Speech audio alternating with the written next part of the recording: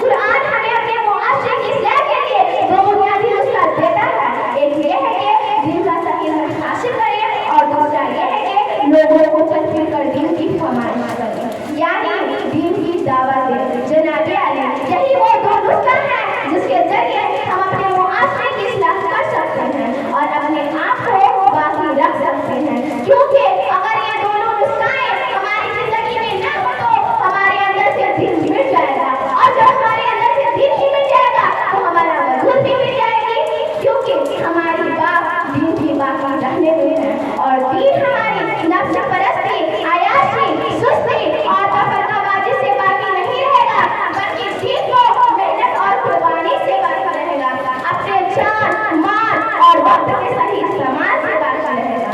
اور ہم ہے کہ اپنے اچھا خاصا وقت ایسے کاموں میں لگا کر ضائع کر دیتے ہیں جس سے نہ دین کا فائدہ ہوتا ہے اور نہ دنیا کا.